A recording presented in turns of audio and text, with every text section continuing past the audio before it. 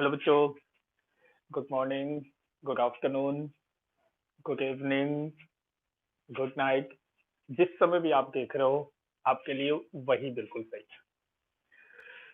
तो सबसे पहला सवाल कि कैसे हो आप लोग?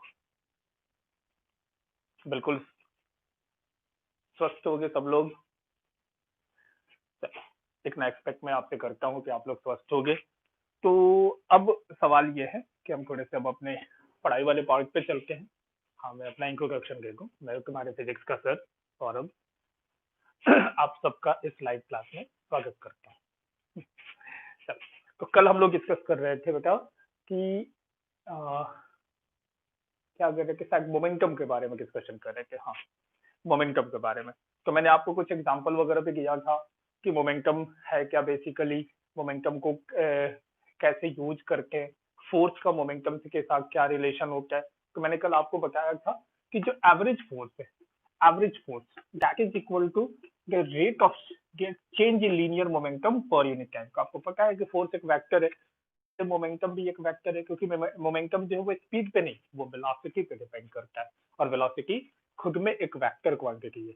इसका मतलब कि अगर आप बात करोगे वेक्टर्स के बारे में डिस्कशन कर रहे हो, यहाँ पे देख रहे हो ना, मोमेंटम के बारे में डिस्कशन कर रहे हैं, मतलब यहाँ पे फिर से वही सारे रूल अप्लीकेबल हो जाएंगे जो वेक्टर्स में आपने पढ़ा है, जो फोर्स के लिए ऑलरेडी हमने किया हुआ है। समझ में आ गया? तो अब यहाँ पे देखो डेल्टा पी, ठीक। हम क्या कर रहे हैं ना, धीरे धीरे कुछ ऐसे टॉपिक्स को लेके चल रहे हैं जो कि आपको एक फील करा दे कि 11th क्लास में है क्या बेसिकली। समझ में आ गई बात? ताकि हम इसके बारे में डिटेल चर्चा क्लासेस में करेंगे, बट मैं आपको इतना कोशिश कर रहा हूँ कि यहाँ पे भी आपको मैक्सिमम जितने भी 11th क्लास में जो टॉपिक्स आने वाले हैं, ठीक, उनके बारे में एक ब्रीफ डिस्कशन को आपको लाइव क्लास में जरूर ही करा दूंगा, ताकि आपको ये फील रहे कि 11th क्लास में आपको पढ़ना क्या क्या है, ठीक है। और डिटेल को हम क्लासेस में देख रहे होंगे। चलो, यहाँ पे देखते हैं। तो ये फोर्स क्या है? Average force change in linear momentum by, ये डेल्टा टी का मतलब क्या है? Time difference. कितने देर में आप इस मोमेंटम चेंज की बात कर रहे हो? तो कल मैंने आपको एक एग्जांपल भी दिया था कि एक हाथी और एक चींटी अगर ऊपर से गिरे, सेम हाइट से गिरे एयर फ्री स्पेस में, तो किसके ऊपर इफेक्ट ज्यादा होगा? तो हमने ये भी देख लिया था, क्योंकि हाथी का मास काफी ज्यादा है तो उसका मोमेंटम भी काफी ज्यादा है। जिसका मोमेंटम काफी ज्यादा, वो सेम टाइम में यहाँ पर कोई चेंज इन लीनियर मोमेंटम भी काफी ज्यादा। हाथी को और चींटी को सतह पे आने आकर रेस्ट पे आने में सेम टाइम लगा होगा, इसलिए ये सबके लिए सेम। तो जिसका मोमेंटम व चेंज सबसे ज्यादा, उसके ऊपर फोर्स भी सबसे ज्यादा, ठीक। ये बात तो आपको कल क्लियर हो गई थी, कल हमने अपने क्लास में इसमें डिस्कशन किया था प्रॉपरली। अब देखो आगे चलते हैं इस पे। तो मेनली क्या है फोर्स के बारे में, अगर मान लो कि ये एवरेज फोर्स है, इसको हम ऐसे भी लिख सकते हैं। अगर मैं इसको थोड़ा सा रफली लिखूं तो हम ऐसे क्या लिख सकते हैं कि sum of all the force. अच्छा, आपको ये भी पता है कि ये जो sum of all the force लिखते हैं, इसमें इंटरनल को इंक्लूड हम नहीं करते। क्यों? क्योंकि इंटरनल के कारण जितने भी फोर्सेज है, इंटरनल जितने भी फोर्सेज है, वो आपस में कैंसिल आउट हो जाते हैं। तो जो भी हम यहाँ लिख रहे हो, तो वो बेसिकली कौन सा लिख रहे होते हैं? External. So sum of all the external force that is equal to, this one is called the rate of change in linear momentum. Rate of change in linear momentum मतलब बहुत छोटे से टाइम इंटरवल में जो बिल्कुल ये जो change in linear momentum हुआ है, इन दोनों के डिवीजन को बोलते हैं net force applied on the body. अब चलो इस पे एक बढ़िया बढ़िया सी बातें करते हैं। अब जैसे मान लो कि अगर ऐसा हो गया, ठीक, sum of all the external force body के ऊपर जीरो हो गया। सोचो अगर ऐसा हो गया, और ये आपको पता है कि ये कब होता है, इसके ऊपर बहुत सारे सवाल हमने ऑलरेडी किए हुए हैं पहले, ठीक। नेट फोर्स ये ना न्यूटन का फर्स्ट लॉ ऑफ मोशन कि sum of all the external force zero है, वो कब होता है, किस केस में होता है, ये आपको अच्छे तरीके से पता है, जब इक्वल एंड अपोजिट फोर्सेज हो। क्लियर? तो जो sum of all external force zero हो जाए, तो ऐसे केस को बोलते हैं, देखो यहाँ पे इसको बोलते हैं डिफरेंशिएशन। एक मैथमेटिकल ऑपरेशन है जिसको हम आगे डिटेल में देखेंगे इसमें। तो this one is called the differentiation. और डिफरेंशिएशन की खूबी क्या होती है कि इसके अंदर में कोई भी एक कांस्टेंट टर्म अगर आ जाए, तो वो कांस्टेंट टर्म का डिफरेंशिएशन जो होता है वो जीरो होता है। मतलब ये जीरो तभी हो सकता है जब ये कांस्टेंट हो। तो आप क्या लिखोगे? P is equal to constant. P क्या रिप्रेजेंट कर रहा है बेटा? एक सिस्टम की मोमेंटम। सिस्टम में हो सकते हैं कि बहुत सारे पार्टिकल, ठीक, ये क्या है? सिस्टम। अब सवाल ये है, momentum of the system is constant, मतलब जितना इनिशियल मोमेंटम होगा उतना ही फाइनल मोमेंटम होगा। क्या मेरी बात आपको समझ में आ रही है? क्लियर? अब समझोगे कि ये सिस्टम का है। अब सिस्टम में तो बहुत सारे पार्टिकल है, हो सकते हैं एक हो सकता है एक ही पार्टिकल हो सकता है एक से ज्यादा हो, दो हो, तीन हो, चार हो, बहुत सारे पॉसिबल है। समझ में आ गया? तो उन सबकी मोमेंटम कंजर्व हो, इसको बोलते हैं कंजर्वेशन ऑफ लीनियर मोमेंटम। ये कैसे हो सकता है? सोचो जरा। जैसे मान लो कि दो बॉडी है, ऐसा कुछ दो बॉडी है, दोनों का मास सेम है और दोनों ही रेस्ट पे है। तो बताओ तो इसकी मोमेंटम और इसकी मोमेंटम क्या है? इसके भी P1 इसका क्या है? जीरो। इसका मोमेंटम P2 ये भी क्या है? जीरो। मतलब ये पहला पार्टिकल है, ये दूसरा पार्टिकल है, दोनों की मोमेंटम जीरो। तो हम क्या बोलेंगे कि इनकी इनिशियल मोमेंटम जीरो है। ऐसे बोलेंगे क्यों? क्योंकि इसकी भी मोमेंटम जीरो, मतलब पूरे सिस्टम की। सिस्टम में कितने पार्टिकल है? दो, एक और दो। ये भी रेस्ट पे है, ये भी रेस्ट पे है, मतलब इन दोनों का मोमेंटम क्या है? दोनों का इंडिविजुअल मोमेंटम जीरो है। तो टोटल सम कितना होगा? वो भी जीरो होगा। अब मान लो कि ऐसा कुछ हो गया कि ये वाला पार्टिकल इस डायरेक्शन में भागा वी स्पीड से, ठीक, समझ में आ गया? और ये वाला जो दूसरा पार्टिकल है वो भागा, वो भी वी स्पीड से। तो इसकी मोमेंटम कितनी हो जाएगी? दैट इज इक्वल टू, देखो आप वेलोसिटी लिख रहे हो, वेक्टर लिख रहे हो, तो हमेशा ध्यान में रखना कि वेक्टर जो है वो डायरेक्शन पे डिपेंड कर रहा होता है। तो देखो इसकी मोमेंटम अगर तुमने पॉजिटिव बोली तो इसकी मोमेंटम क्या बोलोगे कि ये नेगेटिव है। क्यों? क्योंकि जिगर को ये जा रहा है उसके अपोजिट डायरेक्शन में ये जा रहा है। क्लियर है बात? मोमेंटम आप क्या लिखोगे? m into minus V. और इसका मोमेंटम क्या लिखोगे? m into plus V. तो अब बताना जरा फाइनल मोमेंटम कितना है? दोनों को ऐड करके देखो, फिर से जीरो हो गया। तो देख लो इनिशियल मोमेंटम और फाइनल जीरो आ गया, ठीक। बट ये किस केस में हुआ होगा? ये तभी पॉसिबल है जब इस पूरा जो सिस्टम आप जो देख रहे हो, ये जो दो मास का जो सिस्टम है, इसके ऊपर नेट एक्सटर्नल फोर्स का सम जीरो हो जाए। देख रहे हो ना यहाँ पे?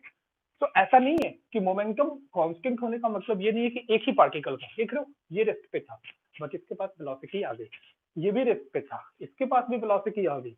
माना कि इन दोनों की वेलोसिटी अपोजिट डायरेक्शन में है, तो पार्टिकल्स मूव तो कर रहे हैं बट फिर भी उनका जो मोमेंटम है, सिस्टम का मोमेंटम, वो क्या आ गया? जीरो आ गया। इसका मतलब कि मोमेंटम सिस्टम का जीरो करने के लिए ये रिक्वायर्ड नहीं है कि पार्टिकल रेस्ट पे ही हो। ऐसा भी हो सकता है क्योंकि मोमेंटम का वेक्टर है। अब मोमेंटम का सम जीरो कैसे हो सकता है? बिल्कुल उसी तरीके से जैसे फोर्सेस का सम जीरो कैसे हो सकता है? जब इक्वल है अपोजिट मोमेंटम है। तो देख रहे हो ना, इसकी मोमेंटम और इसकी मोमेंटम बिल्कुल इक्वल है, मैग्नीट्यूड के हैं, अपोजिट डायरेक्शन में, इसलिए इसकी मोमेंटम क्या हो गई? जीरो, ठीक। और इनिशियली जब रेस्ट पे थे तब भी जीरो। समझ में आ गया? और ये कंडीशन कब फुलफिल होगा? जब उसके ऊपर लगने वाला सारा एक्सटर्नल फोर्स का सम जीरो हो जाए। समझ में आ गया? मतलब अगर आप ऐसे बोलो कि इसको एक एफ फोर्स लगाकर हम इधर की तरफ खींचे जिसके कारण उसको वेलोसिटी v मिला, तो इसको भी उतने ही फोर्स से उस डायरेक्शन में खींचना पड़ेगा ताकि उसको सेम वेलोसिटी मिले। तो देखो वो दोनों फोर्सेस इक्वल एंड अपोजिट है, वो कैंसिल आउट हो गए। बात समझ में आ गई? क्लियर है ना बेटा? ठीक, इसको जल्दी से नोट कर लो।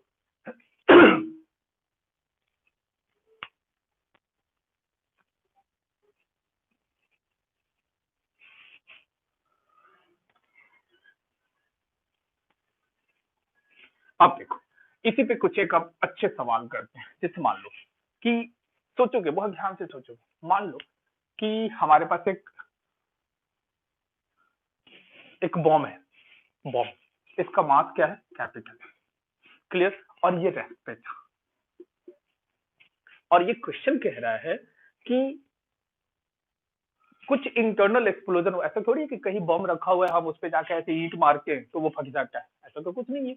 ठीक, बम रियल वाला बम, वो पटाखे पटाखे वाले बम नहीं, उसको नहीं कंसिडर करो, ये वाले बम ये कहीं पे रखा हुआ है। ठीक, कि इसका मतलब वो इंटरनली कुछ ना कुछ वहां पे रिएक्शन हुआ होगा, इंटरनल एक्सप्लोजन। इंटरनल एक्सप्लोजन के कारण वो डिफरेंट पार्ट्स में डिवाइड हो जाता है, ठीक, बहुत सारे फ्रेगमेंट्स में डिवाइड हो जाता है। तो मैंने यही बोला कि अगर ये इनिशियली रेस्ट पे है और इंटरनल कुछ एक्सप्लोजन के कारण ये दो टुकड़े में टूट गया, दो इक्वल मासेज में, ठीक। या फिर ऐसे मानो कि ये जो दो टुकड़े में टूटा उनका मासेज जो है वो 1:2 के रेशियो में है। क्या मेरी बात समझ में आई?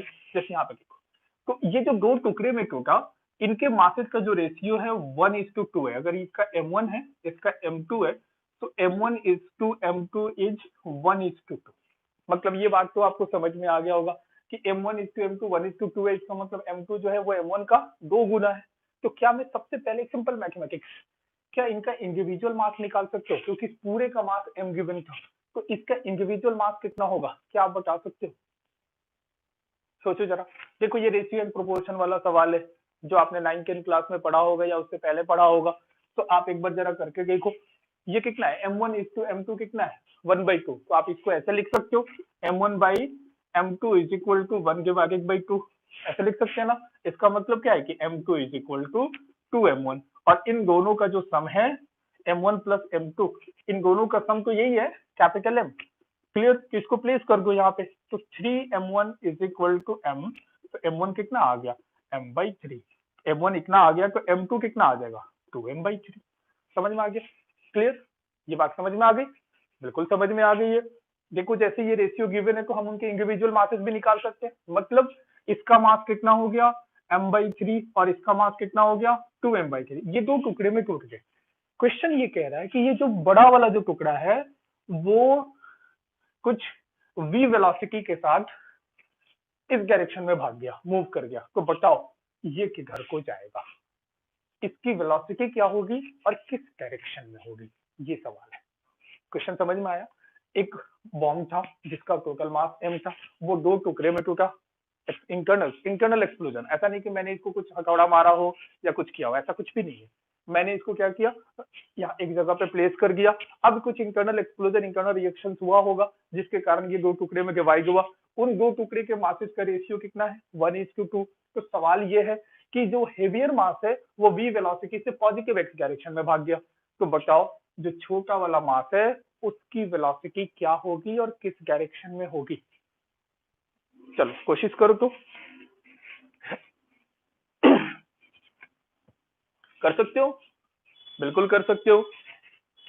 यहाँ पर देखो करेंगे कैसे। अब इनिशियली ध्यान में रखो, जो भी ये सिस्टम है, अगर मैं पूछूं कि बाहर से कितना फोर्स लगा, ये मुझे पता, बाहर से हमने कितना, मतलब बम को छोड़ के बाकी अदर रीजन से कितने सारे फोर्सेस लगे। mg लग रहा होगा, जहां पे रखा होगा वो नॉर्मल लग रहा होगा, ठीक। बट ये एक दूसरे को बैलेंस कर रहे हैं, इनका कोई भी रोल मोशन में नहीं है, ठीक है ना। ये एक्सप्लोजन वगैरह में इनका कोई रोल नहीं है। ऐसा थोड़ी कि ग्रेविटी के कारण वो फट गया या नॉर्मल के कारण वो फट गया, ऐसा नहीं है। फटा किस कारण से है, इंटरनल एक्सप्लोजन। समझ में आ गया? तो आप ये बोल सकते हो कि जितने भी फोर्स इस पे लग रहे हैं एक्सटर्नल, उनका सम 0 है। क्या ये बोला जा सकता है? क्योंकि हमने देखो, सम ऑफ ऑल का फोर्स 0 कब हो सकता है, जब या तो कोई फोर्स ना लगे, या फिर अगर लगे तो इक्वल एंड अपोजिट लगे, ठीक। बट इनमें से कौन सा कंडीशन यहाँ सेटिस्फाई हो रहा है, कोई फोर्स ही नहीं लगा यहाँ पे। समझ में आ गया? तो हमने बोल दिया कि ये इक्वल टू 0 है। तो जब ये 0 है, इसका मतलब मोमेंटम ऑफ सिस्टम जो है वो भी आपने पढ़ा था, ये क्या होगा, कांस्टेंट। और कांस्टेंट का मतलब क्या होता है बेटा, जो अभी वैल्यू है कुछ देर बाद भी वही वैल्यू होगी, आफ्टर 2 आवर्स वही वैल्यू होगी, मतलब इनिशियल और फाइनल सेम होंगे। समझ में आ गया? तो हम क्या लिखेंगे, initial momentum is equal to final momentum. तो लिखने से पहले ध्यान जरूर लिखना कि जब मोमेंटम आप लिख रहे होगे तो उसमें वेलोसिटी विद प्रॉपर डायरेक्शन होना चाहिए। याद रखना हमेशा। देख रहे हो यहाँ पे वेक्टर है ये, तो आपको ये पता है, देखो इनिशियल ये कंडीशन, ये कौन सा कंडीशन है बेटा, ये इनिशियल है। And after explosion, after explosion ये कंडीशन है। समझ में आ गया? क्लियर है यहाँ पे? अब देखो ध्यान से, तो इनिशियल मोमेंटम कितना है, 0, क्योंकि रेस्ट पे है। तो मास टाइम वेलोसिटी, वेलोसिटी तो 0 है कि इसको 0 कर दिया, इक्वल टू। अब जैसे मान लो कि किसी भी बच्चे को ये समझ नहीं आ रहा कि ये मूव किधर को करेगा, तो वो कहीं भी मान ले, ठीक। इसको मैं मान लेता हूँ कि इसी डायरेक्शन में v1 वेलोसिटी से मूव किया, जो कि हमें फाइंड करना है, ठीक है। समझ में आ गई बात? क्लियर? तो इनिशियल मोमेंटम कितना है, 0। तो फाइनल मोमेंटम एक बार ध्यान से देखो, फाइनल मोमेंटम कितना आ जाएगा, देखो m2, इसका मास कितना, 2m/3। तो मास मल्टीप्लाइड बाई इसकी वेलोसिटी। क्लियर है इतनी बात? ये इसका मोमेंटम हो गया, प्लस देखो दोनों की वेलोसिटी सेम डायरेक्शन में मानी है, तो मोमेंटम क्या हो जाएंगे, सिंपली ऐड हो जाएंगे। आपको पता है कि जब वेक्टर सेम डायरेक्शन में हो तो उनको सिंपली ऐड कर दिया जाता है, अगर अपोजिट होता तो हम एक से दूसरे को माइनस करके, ठीक। तो ये हो गया। अब दूसरा मास कितना, m/3 इंटू V1। हमें निकालना क्या है, V1। क्या आप निकाल सकते हो, इस पूरे को इधर लेकर आओ तो क्या आ जाएगा, -2m/3 into V is equal to m/3 multiplied by V1। तो m ने m को मार गया। अब क्या बच गया, V1 is equal to minus, देख रहे हो यहाँ पे 2V, 3 ने 3 को भी मार गया। तो देख रहे हो यहाँ पे समझ में आ रहा है, देखो इसकी वेलोसिटी v है और देखो ये आंसर में माइनस आया है। माइनस क्या बता रहा है बेटा, कि जिधर को ये जा रहा है, मतलब जो तुमने वेलोसिटी इधर को माना था वो सही नहीं है, उसके डायरेक्शन को रिवर्स कर दो, उल्टा कर दो। मैग्नीट्यूड तो इतना ही रहेगा, समझ में आ गया। और ये होना भी चाहिए था, आपको पता है मैंने को आर्बिट्रेरी उस बच्चे के लिए ऐसे मान लिया था जिस बच्चे को ये समझ में नहीं आ रहा कि ये बॉडी जाएगी कहाँ पे, ठीक। तो उसके लिए मैंने मान लिया कि चलो ऐसा V1 मान लो, ठीक। तो आंसर उसको क्या बोल रहा है, ये बता रहा है कि ये जो बॉडी है इसके डायरेक्शन में ना जाके इसके अपोजिट डायरेक्शन में जाएगा, तभी तो मोमेंटम कैंसिल होंगे। इनिशियल मोमेंटम कितना है, 0। तो फाइनल 0 तभी होगा ना जब ये अपोजिट डायरेक्शन में मूव करेंगे। समझ में आ गई बात, क्लियर है। तो देखो यहाँ पे आंसर आ गया। तो माइनस समझ में आ गया, माइनस का सेंस क्या है कि जो आपने माना है उस डायरेक्शन को रिवर्स कर दो, मैग्नीट्यूड रिमेन सेम। बात समझ में आ गई, देख लो मोमेंटम का यूज है यहाँ पे, क्लियर। चलो इस पे और अच्छे सवाल करके, क्या ये बात पूरी की पूरी समझ में आ गई है आपको, मेरे अंदाज से सब कुछ समझ में आ गया। एक बार लोग कर लो जल्दी से।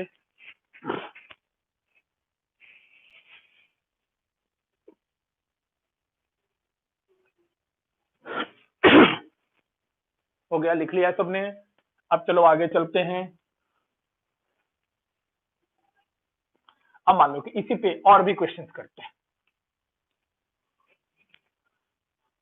ध्यान से देखो। जैसे मान लो कि ऐसा कुछ हुआ कि यही सेम क्वेश्चन इसी तरीके के चलते हैं। एक बॉम्ब है, इसका मास m है, अगेन ये क्या है, रेस्ट पे है। लेकिन अब इस बार ये 2 टुकड़े में ना टूट के 3 टुकड़े में टूटा, ठीक। 3 टुकड़े में टूटा और क्वेश्चन ये कह रहा है कि, और 3 जो टुकड़े में टूटा है उनके मासेस का रेशियो मैं दे देता हूँ, m1:m2:m3 इक्वल टू 1:1:2। मतलब ये दोनों मासेस सेम है, देख रहे हो रेशियो उनका सेम है। इसका मतलब क्या है कि ये दोनों मासेस सेम है और ये जो है इन दोनों का डबल है। बात तो समझ में आ रही है, इस रेशियो का मतलब आपको समझ में आता है, आपने किन क्लास में, 9 क्लास में पढ़ा है इसके बारे में, ठीक। तो ये 3 टुकड़े में टूटा। तो क्वेश्चन ये कह रहा है कि जो सिमिलर मासेज है, मतलब जिनकी मासेज सेम है, तो सेम कौन से, m1 और m2, ठीक। ये एक पॉजिटिव एक्स डायरेक्शन में भाग गया, एक नेगेटिव एक्स डायरेक्शन में भाग गया with the same velocity v, ठीक। तो मैं यहाँ पे डायग्राम ड्रॉ करता हूँ, ऐसे बना लेता हूँ। तो जैसे ब्रेक हुआ तो एक जो ये है ये पॉजिटिव एक्स डायरेक्शन में भाग गया v से, एक जो है जो सिमिलर मास है ये भाग गया y डायरेक्शन में v से। ये क्वेश्चन में गिवन है, ठीक। इन दोनों का मास सेम है, समझ में आ गया। तो आपसे पूछा गया है कि जो तीसरा जो है, जो जो सबसे हेवियर है, वो किधर को जाएगा और कितनी स्पीड से जाएगा, सवाल ये है। कर सकते हो, बताओ। बिल्कुल वही कॉन्सेप्ट है। क्या इनके मासेज हम फाइंड कर सकते हैं, तो बिल्कुल कर सकते हैं। कैसे, फिर से वापिस से वही बात होगी, m1/1 is equal to m2/1 is equal to m3/1, इसको कुछ कांस्टेंट k मान लो। तो m1 is equal to m2 is equal to k and m3 is equal to, sorry ये 2 है, m3 is equal to 2k। अब तीनों का सम तो यही होना चाहिए। तो तीनों का सम कितना हो गया, m1 plus m2 plus m3 is equal to, क्या लिख देंगे हम लोग, बताओ, कैपिटल M। ये देखो ये k है, तो ये हो गया k प्लस 2k, तो ये कितना हो गया 4k। सो k की वैल्यू कितनी होगी, m/4। समझ में आ गया।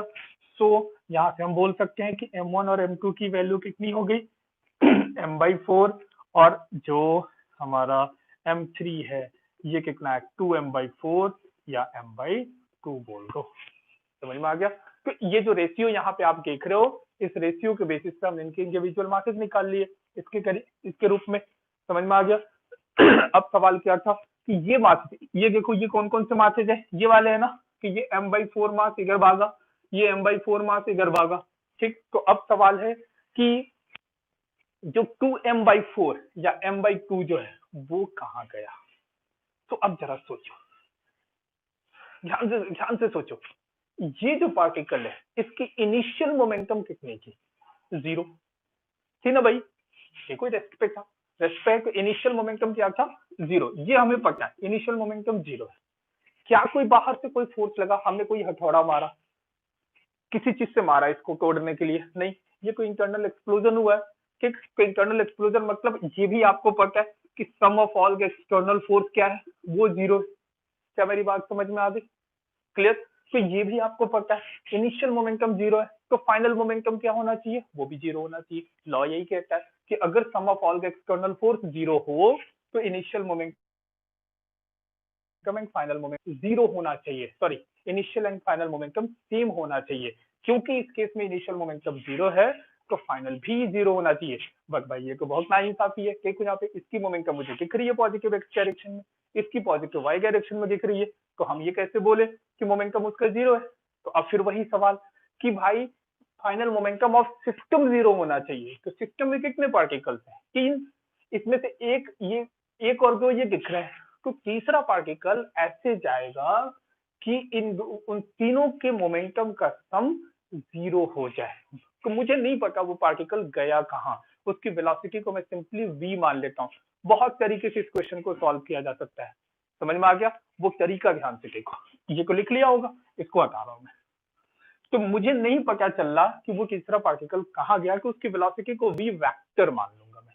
ठीक, ये ये तीसरा पार्टिकल है, मुझे नहीं पता कहाँ पे गया। मान लो कि इसकी वेलोसिटी कुछ v है। ठीक, तो देखो इनिशियल मोमेंटम 0, तो फाइनल मोमेंटम भी क्या होना चाहिए? 0।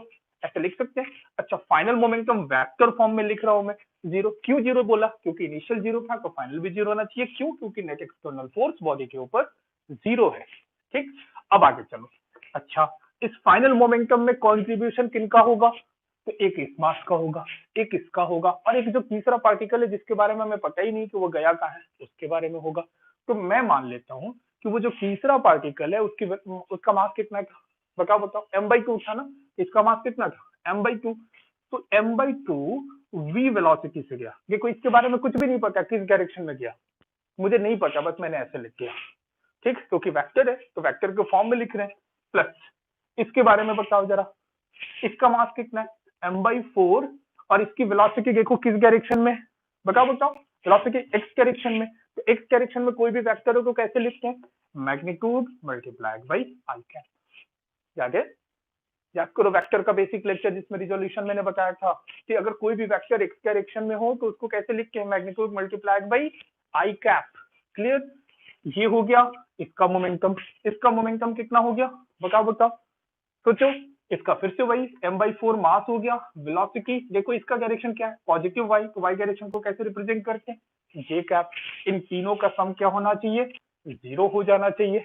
समझ में आ गई बात? तो हम यहाँ से वेलोसिटी निकालेंगे, इन सबको एक तरफ लेके जाओ, तो m/2 v cap is equal to इनसे m/4 माइनस यहाँ पे m/4 v, यहाँ से कॉमन कर लिया। ठीक, अच्छा इसको v क्या मान लिया जाए? चलो ठीक है, ये तो वेक्टर है, ये स्केलर फॉर्म में लिख सकते हैं, कोई दिक्कत नहीं है। ठीक है, या फिर इसको ऐसे मान लो, इसको v1 मान लेते हैं, इसकी वेलोसिटी, क्योंकि यहाँ पे v गिवन था तो इसको v1 मान लेते हैं। ठीक, m/4 ये कॉमन कर लिया तो ये कितना आ जाएगा? i प्लस जे। देख लो कितना आ गया, कुछ कैंसिल हुआ तो हाँ भाई ये कैंसिल हो गया, ये कैंसिल हो गया 2 से, तो v1 जो वेक्टर आ गया देखो तो ये कितना आ गया? माइनस v/2 आई कैप माइनस v/2 जे कैप, इस दोनों से मल्टीप्लाई करके। अब आपको वेक्टर आता है। अगर अब आपसे कोई पूछे कि बताओ इसकी वेलोसिटी किस डायरेक्शन में है, तो देखो इसकी वेलोसिटी यहाँ देखो माइनस आई का, इसको मैं ऐसे लिख दूं v/2 माइनस आई कैप प्लस v/2 माइनस जे कैप। आपके समझने के लिए क्या मैं ऐसे लिख दूं? देखो इससे फायदा क्या हुआ, आपको ये पता चल जाएगा कि इसकी जो वेलोसिटी है एक नेगेटिव एक्स डायरेक्शन में v/2 है, नेगेटिव वाई डायरेक्शन में भी v/2 है। समझ में आ गया? क्लियर? तो आपको ये दिखा कि अच्छा इसके पास तो दो वेलोसिटी हो गए। अब ये दो वेलोसिटी आते कैसे है भाई? एक ही ऑब्जेक्ट की दो डायरेक्शन में वेलोसिटी कैसे हो सकती है? इसका मतलब ये कंपोनेंट देख लो ना, आई के साथ जो कर मल्टीप्लाई में उसको एक्स कंपोनेंट बोलते हैं, और जो वाई जे के साथ जो मल्टीप्लाई में उसको क्या बोलते हैं? Y component. मतलब एक्स डायरेक्शन में जो कंपोनेंट है वो है v/2 direction negative X axis, Y direction में जो कंपोनेंट है वो कितना है v/2 direction negative Y axis. Clear? तो इसका मतलब कि ये जो पार्टिकल है वो इस डायरेक्शन में, अब इसकी v1 नहीं है, अब ये इस डायरेक्शन में v/2 और इस डायरेक्शन में v/2। अब ये दोनों तभी मिल सकते हैं ना जब ये इस डायरेक्शन में कहीं भाग रहा होगा। क्या मेरी बात समझ में आ गई? तभी तो इस वेक्टर के दो कंपोनेंट्स एक इस डायरेक्शन में और एक इस डायरेक्शन में आएंगे। क्या मेरी बात समझ में आ गई? क्लियर? तो अगर आपसे पूछा जाए कि ये ही तो v1 था, इस v1 की वैल्यू क्या है, मैग्नीट्यूड कितना है, तो निकाल सकते हो, बहुत आसानी से निकाल सकते हो। देखो कैसे। अब देखो हमारे पास क्या है, दो वेक्टर है ऐसे, ये कौन सा है v/2, ये कौन सा है v/2। आपको पता है इन दोनों, हमने यहाँ पे पैरेललोग्राम बना दिया, ये हो गया v1। क्लियर? अब इस एंगल में देखो कोई सा भी, मान लो कि ये एंगल थीटा है, तो ये एंगल कितना हो जाएगा, tan of theta is equal to, देखो perpendicular divided by base, perpendicular कितना है v/2, बेस कितना है v/2, दोनों ही सेम है। तो इसका मतलब ये कैंसिल होकर 1 हो गए, तो एंगल कितना आ गया 45 डिग्री। इसका मतलब नेगेटिव एक्स के साथ 45 क्लॉकवाइज में है। ये बात तो क्लियर हो गई।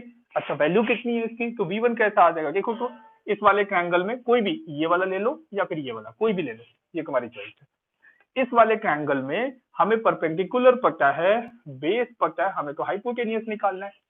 तो हाइपोटेनियस कितना होता है बताओ बताओ। v1 is equal to root of perpendicular square plus base square, यही तो होता है हाइपोटेनियस। ठीक, तो ये कितना आ जाएगा बताओ, v square by 4 plus v square by 4 कितना हो गया, वी स्क्वायर बाई 2, तो रूट कितना आ गया, वी डिवाइडेड बाई √2। मतलब इतने स्पीड से, अब आप स्पीड बोल सकते हो।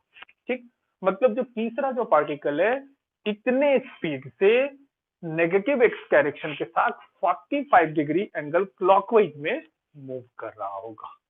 ये पूरा कंप्लीट डिस्क्रिप्शन हो गया इसके बारे में।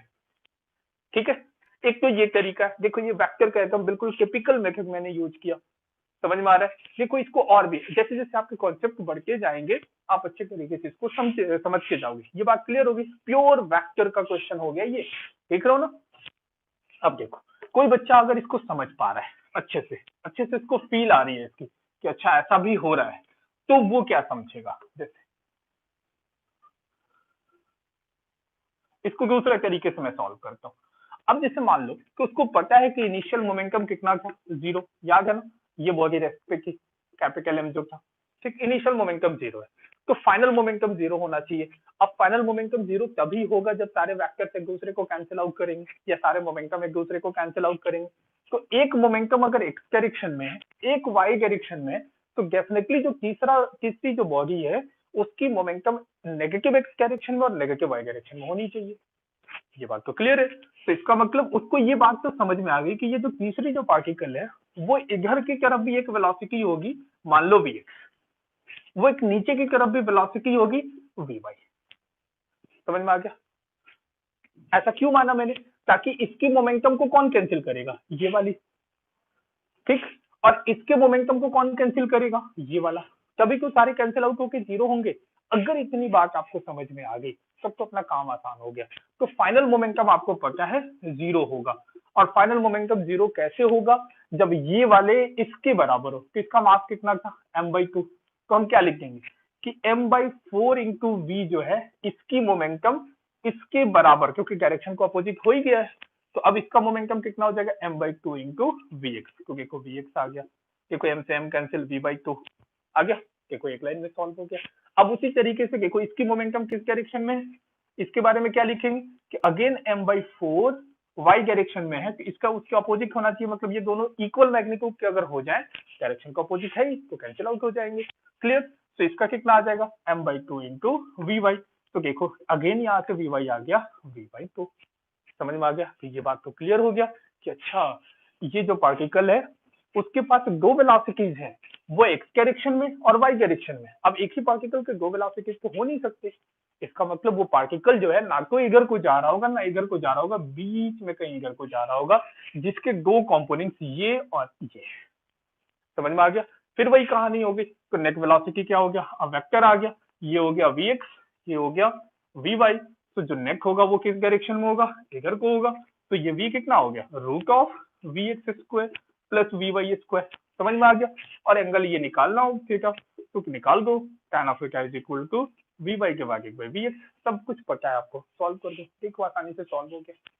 क्लियर है। तो जैसे जैसे आपके कॉन्सेप्ट डेवलप होने लगेंगे, आप जो है इस आई जे के वाले टर्म से थोड़े बाहर निकलोगे। लेकिन याद रखना, जब भी क्वेश्चन बहुत पेचीदा हो, डायरेक्शन के बारे में कुछ भी नहीं समझ में आ रहा हो, तो आई जे और के का टर्म यूज किया करो हमेशा, बहुत काम आएगा। देखा ये क्वेश्चन सॉल्व हो गया ना, कि वो थोड़ा लेंथी हुआ था बट प्रॉपर रिजल्ट पे हम आ गए थे। इसमें थोड़ा सोचना पड़ा कि भाई कैसे किया जाए, ये पॉजिटिव एक्स डायरेक्शन में इसकी मोमेंटम है, तो भाई कोई मोमेंटम नेगेटिव एक्स डायरेक्शन में होनी चाहिए, तभी ये दोनों कैंसिल आउट होके एक्स डायरेक्शन में मोमेंटम जीरो हो जाएगा। इसकी मोमेंटम पॉजिटिव वाई डायरेक्शन में, तो दूसरी मोमेंटम नेगेटिव वाई डायरेक्शन में होनी चाहिए, ताकि वो दोनों इक्वल मैग्नीट्यूड के होकर कैंसिल हो जाए, तो ओवरऑल सारे मोमेंटम जीरो हो जाए। आखिर जीरो क्यों करना था, क्योंकि इनिशियल मोमेंटम जीरो था, और sum of all the external force on the system ये भी जीरो था, इसलिए इनिशियल को फाइनल के इक्वल रखना था। समझ में आ गई बात। और इनिशियल जीरो है तो फाइनल भी जीरो होनी चाहिए। क्या ये पूरी की पूरी कहानी समझ में आ गई आपको, देख रहे हो ना, पूरा वेक्टर का यूज है, समझ में आ गया। लिख लो जल्दी से।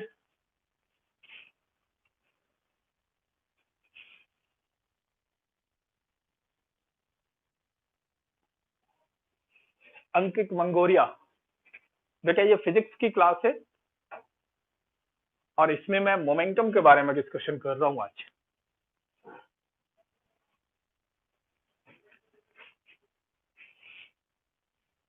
हो गया, लिख लिया सबने, चलो अब आगे चलते हैं। तो क्या ये बात समझ में आ गया मोमेंटम को लेके।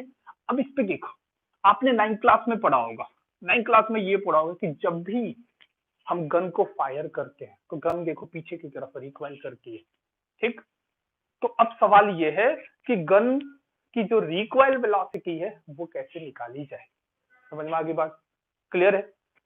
तो ये बहुत इंपॉर्टेंट सवाल होते हैं और नीट में, जेई में इस पे क्वेश्चन खूब आते हैं इस तरीके से। मोमेंटम कंजर्वेशन पे, जो मोमेंटम कंजर्वेशन मैंने बताया ना, मोमेंटम जैसे ही मोमेंटम कंजर्व करना हो, आपके दिमाग में कुछ बातें दौड़ जानी चाहिए। सबसे पहली बात है, मोमेंटम कंजर्व तभी होता है, कंजर्व का मतलब क्या है, इनिशियल और फाइनल इक्वल। ये तभी हो सकता है जब sum of all external force zero हो जाए। अब सवाल ये है कि sum of all external force zero कब होगा।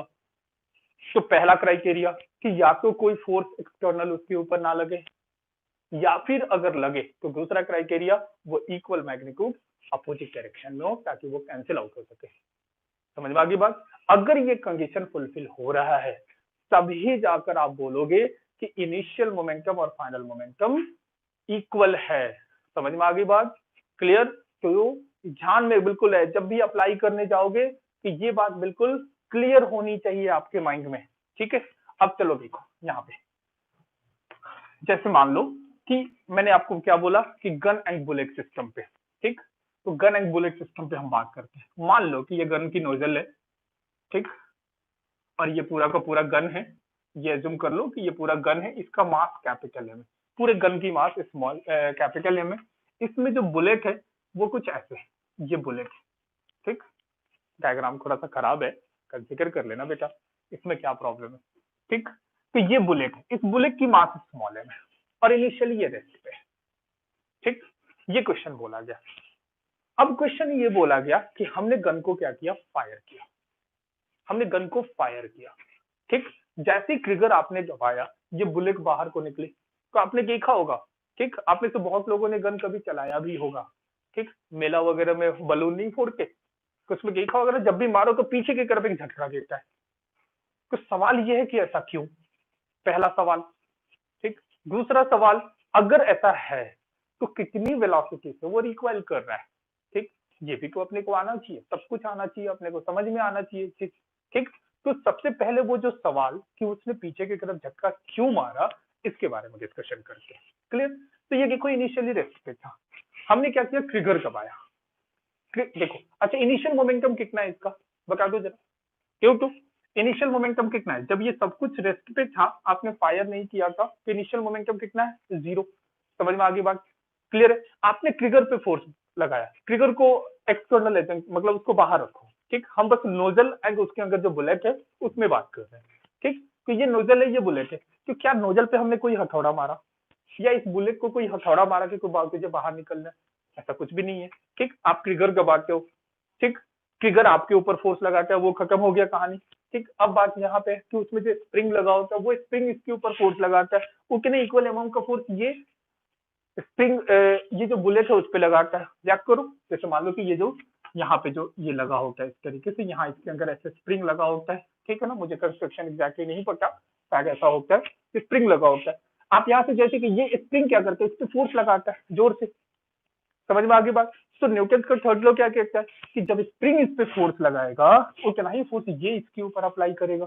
तो जो फोर्स स्प्रिंग ने अप्लाई किया उसके कारण ये बुलेट तो बाहर चला गया, लेकिन जो बुलेट ने स्प्रिंग के ऊपर अप्लाई किया वही तो कॉज है जो रिकॉइल करता है पीछे की तरफ। समझ में आगे बात, क्लियर है यहाँ पे। तो अगर मैं इफ लेट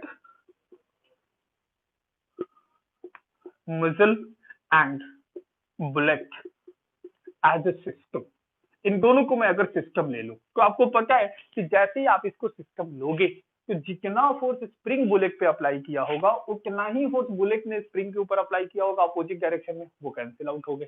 समझ में आ गया।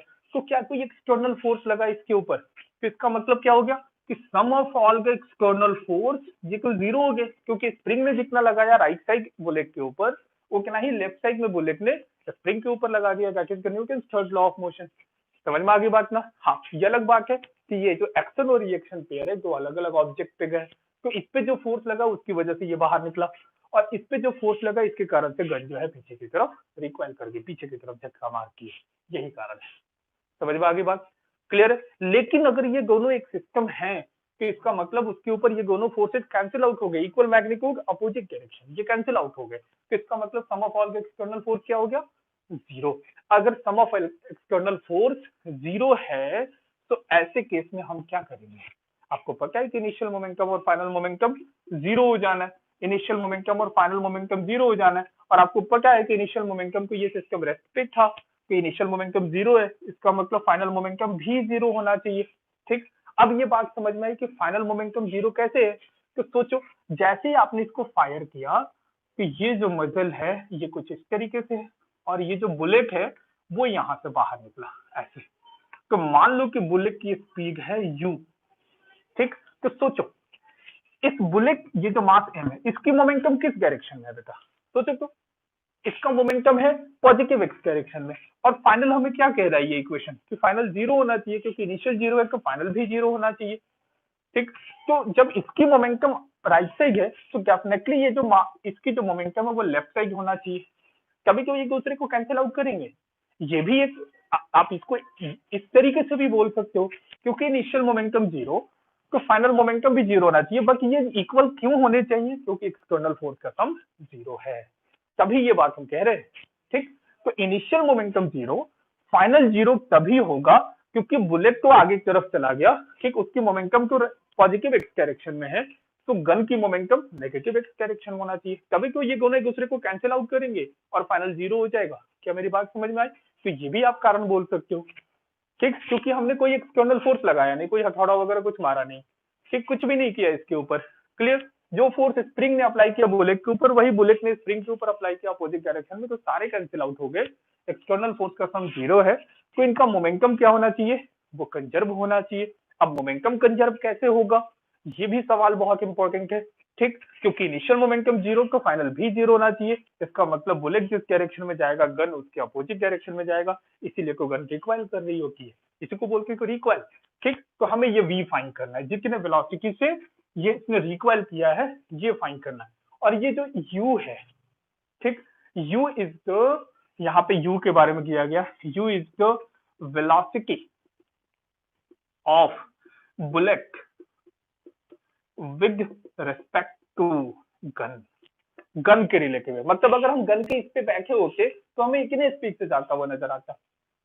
समझ में आ गई बात। तो अब सवाल है ये फाइनल मोमेंटम को जीरो कैसे किया जाए, क्या इतनी बात पूरी की पूरी समझ में आ गई है, क्लियर। अगर मैं आपसे पूछूं कि चलो ये जो है गन के रिस्पेक्ट में इतने से गया है, तो जो पर्सन यहाँ ग्राउंड पे खड़ा होगा उसको कितने स्पीड से दिखेगा, बताओ, सोचो सोचो कोई जरा। ये वही एग्जांपल है, मान लो कि तुम्हारे सामने ट्रेन जा रही है, ठीक, ट्रेन की स्पीड 20 किलोमीटर पर आवर है, एज्यूम करो स्लो चल रहा है, उसकी छत के ऊपर एक पर्सन बैठा हुआ है, ठीक, बैठा हुआ नहीं है, वो चल रहा है, लेकिन जिधर ट्रेन जा रही है इस डायरेक्शन में, पर्सन आ रहा है इस डायरेक्शन में। अब सोचो जरा, पर्सन की स्पीड 5 किलोमीटर पर आवर है, तुम्हें क्या नजर आएगा कि वो पर्सन कितने से जा रहा है, बताओ तो। 20 से ट्रेन जा रही थी, 5 से वो पीछे आ रहा है, तो हमें वो पर्सन 15 से आगे की तरफ जाता हुआ नजर आएगा। क्या ये बात आपको समझ में आ रही है? क्या इसको फील किया है कभी भी रियल लाइफ में? अगर गांव के बच्चे हो तो खूब सारा बस में एग्जाम्पल दिख रहा होगा, बस के छत पे लोग खूब सफर करते हैं, तो ये ऐसा कुछ दिखा होगा। क्या कभी फील किया है इसको? फील करो, फील करो। मान लो कि एक ऑब्जेक्ट ऐसा, मतलब ट्रेन ही मान लो, ट्रेन इधर को जा रही है 20 किलोमीटर पर आवर, और मान लो कि आप उसी डायरेक्शन में जा रहे हो 10 किलोमीटर पर आवर, तो जब ग्राउंड पे आपका जो फ्रेंड खड़ा है वो क्या देखेगा आपको कि भाई आप कितने स्पीड से जा रहे हो? ठीक, 20 से ट्रेन जा रही है, 10 से ऊपर आप उसी डायरेक्शन में जा रहे हो, तो आपकी स्पीड उसको नजर आएगी 30 किलोमीटर पर आवर। दोनों सम हो जाएंगे, क्यों? क्योंकि दोनों सेम डायरेक्शन में थे। अब सोचो, 20 किलोमीटर पर आवर से ट्रेन इधर को जा रही है, 10 किलोमीटर पर आवर से वो ऑब्जेक्ट या फिर वो पर्सन जो है ना पीछे की तरफ आ रहा है, opposite to the movement of the train, तो वो आपको किस डायरेक्शन में जाता हुआ नजर आएगा? वो आपकी तरफ आता हुआ नजर नहीं जाएगा, वो दिखेगा कि आपसे दूर जा रहा है, लेकिन घटे हुए स्पीड से। कितने से? तो 20 माइनस 10, 10 किलोमीटर पर आवर से उसी डायरेक्शन में जाता हुआ नजर आएगा। बात समझ में आ गई? अगर इतनी फील आ रही है आपको, ठीक, तो अगर मैं आपसे पूछ लूं कि इस बुलेट की वेलोसिटी आपको क्या नजर आएगी जो आप यहाँ पे ग्राउंड पे खड़े होगे, तो आप बोलोगे कि बुलेट की स्पीड भी है, गन पीछे की तरफ जा रहा है, सॉरी, बुलेट की स्पीड जो है, गन पीछे की तरफ रिकॉइल किया है वी से, तो हमें बुलेट यू माइनस वी से आगे की तरफ जाता हुआ नजर आएगा। बिल्कुल वही मैन और वो वाला, मान लो कि ये ट्रेन है, ये उसके ऊपर पर्सन है, ये पर्सन इसके ऊपर यू से भाग रहा है, ठीक, और ये ट्रेन पीछे की तरफ वी से जा रही है, लेकिन इस पर्सन की स्पीड ज्यादा है। भाई बुलेट से ज्यादा गन की स्पीड थोड़ी होती है। अगर ऐसा हो क्या तो पता चल गया कि फायर करने के बाद सामने वाला मरे या ना मरे, हम तो जरूर मर जाएंगे। ठीक, समझ में आ गई बात? क्लियर है? तो इसकी स्पीड ज्यादा है, इसकी स्पीड कम है, तो इसके स्पीड से इसको माइनस कर लेंगे, क्योंकि अपोजिट डायरेक्शन, अगर सेम डायरेक्शन में होते तो हम उनको ऐड कर देते। समझ में आ गई बात? क्लियर? बट ये अपोजिट डायरेक्शन में, तो इसकी स्पीड ग्राउंड के रिस्पेक्ट में, मतलब ग्राउंड में जो पर्सन खड़ा होगा उसके रिस्पेक्ट में कितना होगा? u minus v. क्या मेरी बात समझ में आ गई? ये वही वाला केस, ट्रेन इधर को जा रहा है 20 से, उसके ऊपर आप भाग रहे हो 10 से, तो ट्रेन के डायरेक्शन में आपकी स्पीड 10 नजर आएगी। अगर ऐसा होता है 20 से इधर ट्रेन जा रही है, लेकिन आपकी speed 40 kilometre per hour opposite है, तो फिर आप मुझे दिखोगे मेरी तरफ, मतलब opposite to the movement of ट्रेन 20 किलोमीटर पर आवर से मेरी तरफ आओगे आप नजर। समझ में आ गया? बिल्कुल उसी तरीके से, तो जो भी मोमेंटम में वेलोसिटी टर्म यूज किया जाता है ना, याद रखना वो ग्राउंड के रिस्पेक्ट में यूज किया जाता है। क्यों? क्योंकि ये न्यूटन लॉज ऑफ मोशन से आया है, और न्यूटन लॉज ऑफ मोशन हमेशा ग्राउंड फ्रेम के रिस्पेक्ट में वैलिड होता है। हमेशा ध्यान में रखना इस बात को। क्यों होता है हम डिटेल चर्चा क्लास में करेंगे। ठीक, इतनी बात यहाँ पे समझ में आ जानी चाहिए। तो ये बात तो क्लियर होगी। अब सवाल है अब मोमेंटम को वहां पे लिखना। ठीक, तो पहले तो मैं इसको हटा रहा हूं। अब देखो, क्योंकि ये बात तो समझ में आ गई कि फाइनल मोमेंटम को जीरो होना है। अब फाइनल मोमेंटम, अब देखो मैं अगर बोलूं velocity of bullet with respect to ground, कितना हो जाएगा बेटा? u माइनस वी किधर की तरफ? इस डायरेक्शन में u बड़ा है। ठीक, बुलेट क्या, बुलेट कोई 10 किलोमीटर पर आवर से आता हुआ नजर आता है? अगर ऐसा हो जाता तब तो हम आसानी से बच जाते। वो मेरे सामने आ रहा है, मैं उसको पकड़ लेकर, जो साउथ की मूवी में होता है, क्या के साउथ की मूवी में बुलेट इधर से ऐसे यार आसानी से ऐसे घूम जाते हैं लोग। ठीक, बट वो साउथ की मूवी है, इग्नोर मार के ना उन सारे बातों को। बुलेट की स्पीड बहुत ज्यादा होती है, कुछ कुछ 1000 किलोमीटर पर आवर, फिर भी मैं कम बता रहा हूँ, इससे भी कहीं ज्यादा। समझ में आ गई बात? इतनी स्पीड से वो आपको नजर भी नहीं आएगा कि बुलेट आया भी आपके पास, वही करके चला जाएगा, एक हल्का सा दर्द होगा, कहानी खत्म। समझ में आ गई बात? तो बुलेट की स्पीड बहुत ज्यादा होती है। ठीक है बेटा? ठीक, अब किसे सोचा, तो bullet with respect to ground, तो ये नंबर समझ में आ गया। तो अब सोचो, बुलेट की वेलोसिटी इस डायरेक्शन में है इतनी, ग्राउंड के रिस्पेक्ट में, गन की स्पीड है अपोजिट डायरेक्शन में इतनी, ग्राउंड के रिस्पेक्ट में। तो इन फाइनल मोमेंटम जीरो कब होगा, जब इन दोनों के इंडिविजुअल मोमेंटम एक दूसरे को कैंसिल आउट करके, मतलब इसकी मोमेंटम और इसकी मोमेंटम कैंसिल आउट हो जाए।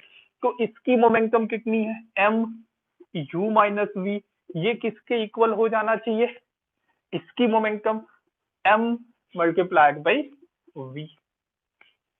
जब ये दोनों इक्वल होंगे कभी को मोमेंटम कैंसिल आउट होगा और फाइनल मोमेंटम जीरो हो जाएगा।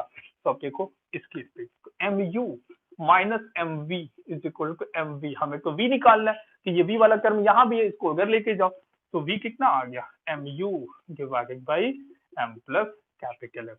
So this one is the recoil velocity of gun। समझ में आ गई बात। इसको सिंपल लैंग्वेज में अगर मैं बात करूं तो मान लो कि हमारे पास जो गन है उसकी स्पीड है, उसका मास है, लेट कैपिटल एम, एक फील कराता हूं मैं, 5 केजी का गन है, 5 केजी मास है, और जो बुलेट जो है उसका मास है कुछ 100 ग्राम, 100 ग्राम का बुलेट है। क्लियर। बुलेट की जो स्पीड है जिससे वो बाहर की तरफ निकला है वो मैं क्या मान लो 100 मीटर पर सेकंड, मतलब एक सेकंड में वो 100 मीटर जा सकता है। ठीक है, इतनी उसकी स्पीड है। तो मैं हम ये वी देखते हैं कितना आया। तो वी कितना आ गया, स्मॉल एम 100 ग्राम, तो पहले इसको केजी में लिखो, 100 डिवाइडेड बाई 1000 ऐसे लिख देंगे ना, इंटू यू, यू कितना ये रहा 100 metre per second divided by small m कितना था 100 ग्राम, फिर से इसको हम क्या लिखेंगे 100 divided by 1000 plus capital M कितना है भाई 5 केजी, इतना हो गया। अब इसको सॉल्व कर दो, ये क्या हो, कुछ कैंसिल आउट हो रहा है, ये गायब हो गए, एक यहाँ भी गायब हो गया, तो ऊपर में बच गया 10। ठीक है, यहाँ पे भी ये गायब हो गया, तो ये आ गया 5 पॉइंट, ये 0.1 हो गया ना, 5.1, 0.1 को हटा दो। ठीक, कैलकुलेशन पॉइंट ऑफ व्यू से इसको हटा देते हैं। ठीक, ये कितना आ जाएगा 2 मीटर पर सेकंड, मतलब एक सेकंड में 2 मीटर। इतने स्पीड से अगर 5 केजी के राइफल से अगर आप उसको हिट करोगे, राइफल की तो और ज्यादा मास होती है, मैंने कोई यूज नहीं किया बेटा, आप देख लो अब कितना मास होता है, तो मैं जस्ट एक एग्जांपल ले रहा हूँ। तो इतने स्पीड से वो पीछे की तरफ भागेगा। ठीक, इसको किलोमीटर पर आवर में अगर करना हो तो कैसे करेंगे, वो तो आप कर ही सकते हो, मीटर है उसको किलोमीटर में बना लो, सेकंड को आवर में बना लो। ठीक है, वो तो कर ही सकते हो। समझ में आ गई बात। ऐसे सिंपल सा तरीका क्या है, 18/5 कर देना, 18/5 से मल्टीप्लाई कर दोगे तो ये किलोमीटर पर आवर में कन्वर्ट हो जाएगा। क्लियर, समझ में आ गया। इससे आपको पता चल जाएगा कि इतने स्पीड से पीछे की तरफ रिकॉइल होना चाहिए। इसलिए पतले दुबले लोग गन का इस्तेमाल ना करें, क्योंकि हो सकता है कि वो पीछे की तरफ रिकॉइल करे और आपकी आपकी जो ये बॉडी है, आपका मुंह जो थोबड़ा जो है वो चकनाचूर हो जाए। ऐसा नहीं करना है। क्यों, क्योंकि गन फायर करने से पहले ध्यान रखना तुम्हारे हाथ में उतना पावर होना चाहिए कि इस मोमेंटम को तुम ऑब्जर्व कर सको। ठीक है, इतने मोमेंटम को आप बर्दाश्त कर सको। समझ में आ गई। पहला, या फिर जो देखते हो बुलेट वगैरह जब भी गन, बड़े वाले गन को फायर करके तो इस पे रखते हैं ताकि हमारा जो ये मसल्स है, तो आपकी मसल भी उतनी ताकतवर होनी चाहिए कि इस मोमेंटम को बर्दाश्त कर सके, क्योंकि मोमेंटम है, मान लो कि यहाँ पे चिपका के हम बात करें, इतने मोमेंटम से वो आया। ठीक, और क्योंकि इस पे टिका हुआ है तो आपने मोमेंटम को जीरो कर दिया, तो change in linear momentum by time that is the force, इतना फोर्स आपके ऊपर लग रहा होगा। समझ में आ गई बात। क्लियर। अब आपकी मसल्स भी उतनी फोर्स अप्लाई करनी चाहिए, उतना सहने की ताकत रखनी चाहिए, अगर नहीं है तो आपको पता चला आपकी फक्के टूट गई, ऐसा नहीं होना चाहिए भाई। क्लियर है, आपके बाई टूट गई, पता चला मारने गए किसी और को, हमको भी निकल लिए, तो ऐसा नहीं होना चाहिए। समझ में आ गई बात। क्लियर है इतनी पूरी की पूरी कहानी। तो ये बुलेट मास सिस्टम है। ठीक है, समझ में आ गया। क्या लिख लिया है सबने। देखो यहाँ पे एक बढ़िया सा सवाल, ठीक, जो जो रियल लाइफ में आप यूज करते हो, तो ये बात क्या अब आपको क्लियर हो गया, कंसिडर किया हुआ है। तो इनको एक सिस्टम लिया गया, क्योंकि बुलेट पॉजिटिव एक्स डायरेक्शन में गई तो इसको नेगेटिव एक्स डायरेक्शन में जाना होगा, कभी कभी तो मोमेंटम इनका कैंसिल आउट होगा। ऐसे भी सोचो, इसका मास बहुत कम है, ठीक, मोमेंटम इनके दोनों के इक्वल होने चाहिए अपोजिट डायरेक्शन में, तो वेलोसिटी को आपने माने, और इसका मोमेंटम काफी ज्यादा है, सॉरी इसका मास काफी ज्यादा है इसकी, तो इसका मतलब इन दोनों का मोमेंटम सेम कैसे आएगा, जिसका मास ज्यादा होगा उसकी स्पीड कम होगी, और जिसकी मास कम होगी उसकी स्पीड ज्यादा होगी, तभी तो आपस में ये कंपनसेट कर पाएंगे। समझ में आ गई बात। क्लियर है इतनी बात, ये पूरी की पूरी बात क्लियर है बेटा। ठीक है, नोट कर लो जल्दी से, लिख लो जल्दी से। बहुत अच्छा सवाल है ये।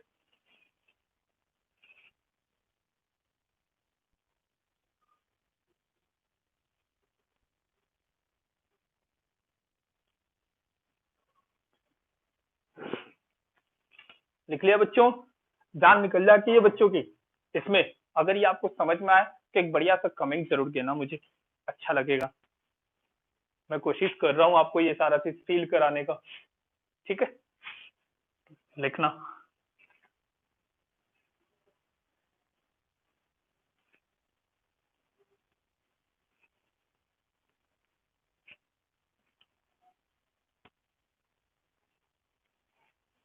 तो क्या इतनी बात आपको क्लियर हो गई है? ठीक रो कि किस तरीके से कहानी चल रहा है, इसी को तो फिजिक्स बोलते हैं बेटा। समझ में आ रही है बात? फिजिक्स क्या है? जो हमारे अराउंड हो रहा है उसके बारे में कंप्लीट जानकारी, उसके लॉज को समझना, यही तो हमारे फिजिक्स का काम है। ठीक, वरना पता चलता है कि किसी को पता ही नहीं है कि ऐसा भी कुछ होता है। अपने मुंह के सामने से रख के गन को फायर किया, पता चला कि सामने वाला को बच गया, आपका मुंह टूट गया। तो ऐसे क्या फायदा? इसलिए इसके बारे में जानकारी पहले से अच्छे से होनी चाहिए। इसलिए बहुत ध्यान से रखना, बहुत टाइटली गन को पकड़ना। ठीक है, गन कौन सा? जो मेला में यूज करते हैं, जो बलून फोड़ते हैं, उसके बारे में बात कर रहा हूँ। रियल लाइफ में कभी भी यूज नहीं करना, बहुत गलत चीज होती है, बहुत घटिया चीज होती है, कभी इस्तेमाल नहीं करना। क्या इतनी बात समझ में आ गई है आपको? तो देखो, हम इस क्लास के जरिए मैं स्पेशली ये कोशिश कर रहा हूँ कि फिजिक्स की एक ओवरऑल व्यू आपके सामने रख दी जाए। आज जैसे मोमेंटम के ऊपर हमने डिस्कशन किया है, ठीक, अगली क्लास में किसी और टॉपिक के ऊपर डिस्कशन करेंगे। लॉज ऑफ मोशन, फ्रिक्शन, ये सब आप जान गए हो, वेक्टर्स आप जान गए हो, लॉज ऑफ मोशन को कैसे इस्तेमाल करके ये भी आप समझ गए हो। आज मोमेंटम के नाम पे यहाँ पे एक क्लास हुई है। अगली क्लास हो सकती है कि किसी और टॉपिक पे हो। एक ब्रीफ बस डिस्कशन में करके जा रहा हूँ सबके ऊपर। ठीक, डिटेल जो एनालिसिस होगा हम क्लास में उसके बारे में करेंगे। समझ में आ गई बेटा? ठीक, तो मोमेंटम पे जो टॉपिक मुझे कराने थे, छोटे मोटे क्वेश्चन जो है ये मैंने करा दिए हैं आपको। ठीक है, और इससे बहुत बढ़िया बढ़िया बढ़िया, क्योंकि मोमेंटम पे को बहुत अच्छे अच्छे सवाल बन सकते हैं, क्योंकि ये हर जगह इन्वॉल्व होना है, ऑलमोस्ट हर जगह इन्वॉल्व होना है। ठीक, कुछ एक चीजें तो ऐसी हैं जो कि कॉम्पिटिशन में एकदम खूब पूछी जाती है, वो उनमें से एक है ये मोमेंटम कंजर्वेशन। ठीक, तो इसके बारे में बहुत अच्छे तरीके से समझ लेना, अच्छे तरीके से केयरफुली पढ़ लेना। जो लेक्चर आज देखा है, इस क्वेश्चन को खुद से सॉल्व करना, एक एक बात सोचना कि मैंने क्या बोला है, क्यों मोमेंटम को जीरो कर रहे हैं, कैसे एक्सटर्नल फोर्स नेट जो है वो जीरो हुआ है। ठीक, ये सारी बातें ना आपके दिमाग में दौड़ जानी चाहिए, क्योंकि अगर ये बातें आपके माइंड में एक अच्छा फ्रेम कर रहा है, तो इसका मतलब एक अच्छा फ्रेम बना रहा है, तो समझ लेना कि अब आप फिजिक्स के धीरे धीरे महारथी होने जा रहे हो। क्योंकि इसको जब तक फील नहीं करोगे तब तक मजा नहीं आएगा। क्या मेरी बात समझ में आई है आपको? ठीक, तो इन बातों के साथ और ये कहते हुए कि आप अपने घर पे अच्छे से रहें, सुरक्षित रहें। ठीक, कंडीशन बहुत अच्छा नहीं है, ठीक, बेकार ही है बिल्कुल। तो आप अच्छे तरीके से अपने घर पे रह के पढ़ाई करें, हमारे साथ जुड़े रहें। हम आपके हर प्रॉब्लम्स को सॉर्ट आउट करने की कोशिश कर रहे हैं। आप भी अपनी प्रॉब्लम्स को सॉर्ट आउट करने की पूरी कोशिश करें हमारे साथ। Thank you so much. Take care, bye bye.